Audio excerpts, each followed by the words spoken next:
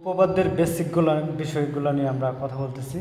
বিনিময় উপপাদ্য, বিনিময় মানে আমরা কি জানি, কোনো কিছু বদল করা। সাপোজ এভাবে যদি দেওয়া থাকে, এটা সমান আমরা কি লিখতে পারি? দেখো, তাদের মধ্যকার সম্পর্ক অর বা প্লাস যা ছিল তাই রাখলাম, শুধু তাদের আমি স্থান পরিবর্তন করলাম। অর্থাৎ বিনিময় হিসেবে আমরা প্রয়োজন অনুসারে স্থান পরিবর্তন করতে পারবো, স্থান বিনিময়, কিন্তু মানের কোনো পরিবর্তন করতে পারবো না। ওকে, এটা এইভাবে থাকতে পারে। আমি এটা সমান লিখতে পারবো, কোনো সমস্যা নেই। মানে কি, তাদের রিলেশন কি, গুণ, এখানেও তারা গুণে আছে। অর্থাৎ প্রয়োজন বোধে আমরা স্থান পরিবর্তন করতে পারবো, এটার মানে হচ্ছে বিনিময়। আচ্ছা, এখন আমরা দেখি অনুষঙ্গ কি বলে। অনুষঙ্গ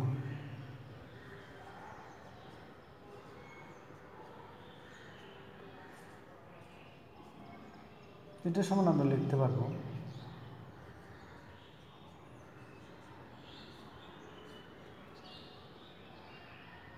এইখানে যে আমরা প্রথম বন্ধনী প্রয়োগ করলাম, এই অনুষঙ্গ মানেই বোঝায় প্রয়োজন বোধে আমরা আমাদের প্রয়োজন মতো প্রথম বন্ধনী প্রয়োগ করতে হবে, পারবো। কিন্তু খেয়াল রাখতে হবে একটা বিষয়, যে প্রথম বন্ধনী যেহেতু আমরা প্রয়োজন বোধে নিতে পারবো, বাদও দিতে পারবো, ঠিক আছে। প্রথম বন্ধনী যদি আমি দেই, নর্মালি আমরা কি জানি, প্রথম বন্ধনী এটা কিন্তু নির্দেশ করে প্রথম বন্ধনী গুণ, কিন্তু এখানে প্রথম বন্ধনীর আগে কি আছে, যোগ, তাই না? যোগ মানে কি, অর। সেই হিসেবে প্রথম বন্ধনী এখানে আছে কি নাই সেটা কোনো বিষয় না, তাদের মধ্যকার সম্পর্ক আসলে অরে নির্দেশ করবে, তাদের সম্পর্কে কোনো প্রভাব ফেলতে পারবে না। প্রথম বন্ধনী এখানেও আমরা প্রয়োজন বোধে নিয়েছি, কিন্তু তাদের সম্পর্ক মূলত কি, অর, সেটা অরেই থাকবে। এই ব্র্যাকেটের কারণে কিন্তু গুণ হবে না, অর্থাৎ এটা আমরা প্রয়োজন বোধে নিতেও পারি, বাদও দিতে পারি। ওকে, অনুষঙ্গ, অনুষঙ্গর পরে আমরা যদি দেখি হচ্ছে কি আছে, বিভাজন। বিভাজন হচ্ছে সবচেয়ে গুরুত্বপূর্ণ একটা নিয়ম। বিভাজন মানে কি, কোনো কিছু ভাগ করা বা ভেঙে ফেলা। বিভাজনটা কীভাবে, দুইটা খুব বেশি ব্যবহার হয়।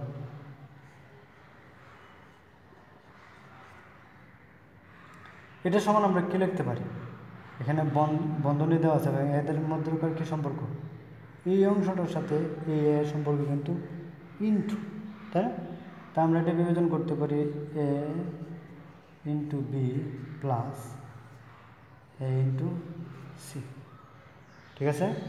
এটা সমান আমরা লিখতে পারি, এ যদি আমি কমন নিই তাকে আমার কি, বি প্লাস সি। এটা হচ্ছে বিভাজন। বিভাজনের সবচেয়ে গুরুত্বপূর্ণ আরেকটি নিয়ম, এটা হচ্ছে যেমন যদি এমন থাকে প্লাস, এটা আমরা কীভাবে বিভাজন করতাম, এটা বিভাজন করার ক্ষেত্রে এম প্লাস ইন্টু এই এমের সাথে ও আবার বসবে প্লাস আকারে, এভাবে আমরা এটাকে বিভাজন করতে পারি। এটাকে যদি আমরা আরেকটু ভাঙি, এই এমের সাথে আমরা লিখব M into M plus M into O plus N M বা এম এন। আলফাবেটের সিরিয়াল সুবিধার্থে আমরা এন এম না লিখে লিখলাম এম এন। তারপরে ঠিক আছে,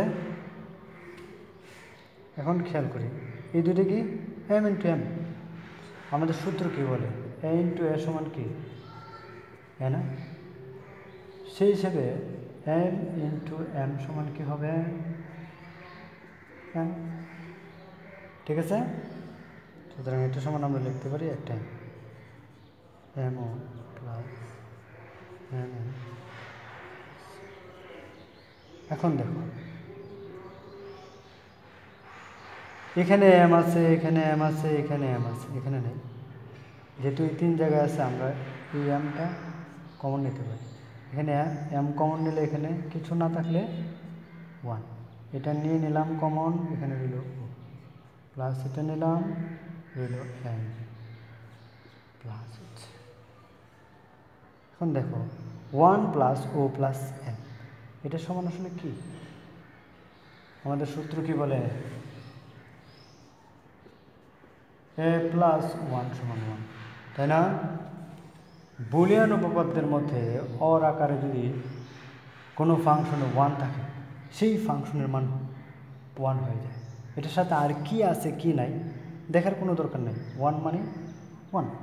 এখানে আমরা দেখি একটা 1 আছে এবং ফাংশনটা কি অর আকারে, সুতরাং এটার মান হবে 1। সেই হিসাবে m ইন্টু 1 প্লাস n, তাই না? এখন আমরা এখানে পাইলাম হচ্ছে m ইন্টু 1। m ইন্টু 1 সমান কত? আমরা এটা কি জানি? a ইন্টু 1 সমান কত? a ইন্টু 1 সমান যেহেতু a, সুতরাং m ইন্টু 1 সমান কি হবে? m, অর্থাৎ এই জায়গাটার মান হবে m প্লাস n। ঠিক আছে? এই হচ্ছে বিভাজন প্রক্রিয়া। এখানে আলফাবেট হয়তো চেঞ্জ হতে পারে, কিন্তু যুক্তি কিন্তু সব জায়গায় একই হবে। এখন আমরা দেখি ডি মর্গান সাহেব কি বলেন। ডি মর্গান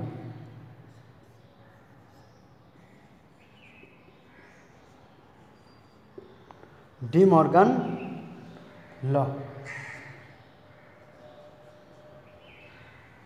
ডি মর্গানের মতে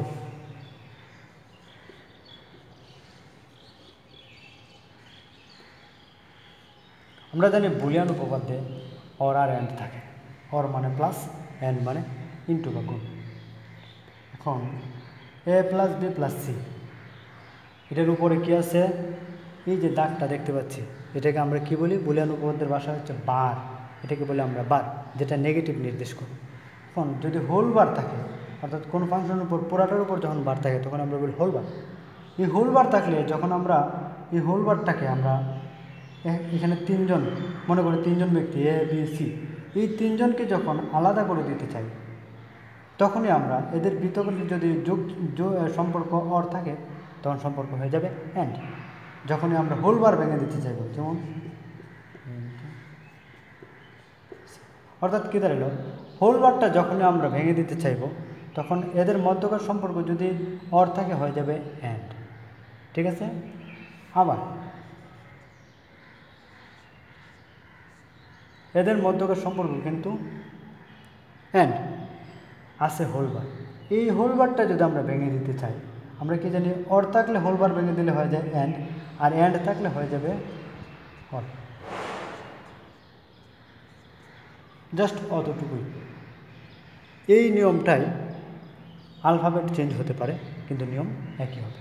এখন আমরা দেখি সবশেষে যে দ্বৈত নীতি অনুসারে কি। দ্বৈত নীতি অনুসারে সাপোজ আমরা যখন কোনো চলক এভাবে লিখি তখন এটা কি পজিটিভ নির্দেশ করে, কিন্তু কোনো চলকের উপর যদি আমরা বার প্রয়োগ করি তখন সেটা নেগেটিভ হয়ে যায়। কিন্তু বার যখন আমরা ডবল প্রয়োগ করি তখন এটা সমান চাইলে আমরা এটা লিখতে পারি। অর্থাৎ ডবল বার কিন্তু পজিটিভ নির্দেশ করে। সাপোজ আমরা যদি এমন লিখি, এটার উপর ডবল বার, এটা সমান আমরা লিখতে পারবো। অর্থাৎ ডবল বার চাইলে আমরা বাদ দিতে পারবো, চাইলে আবার নিতেও পারবো। এই হচ্ছে আমাদের বুলিয়ান উপপাদ্যের বেসিক। এতটুকু সম্পর্কে যদি স্পষ্ট ধারণা থাকে তবে সরল করতে কোনো প্রবলেম হবে না। ওকে, ধন্যবাদ।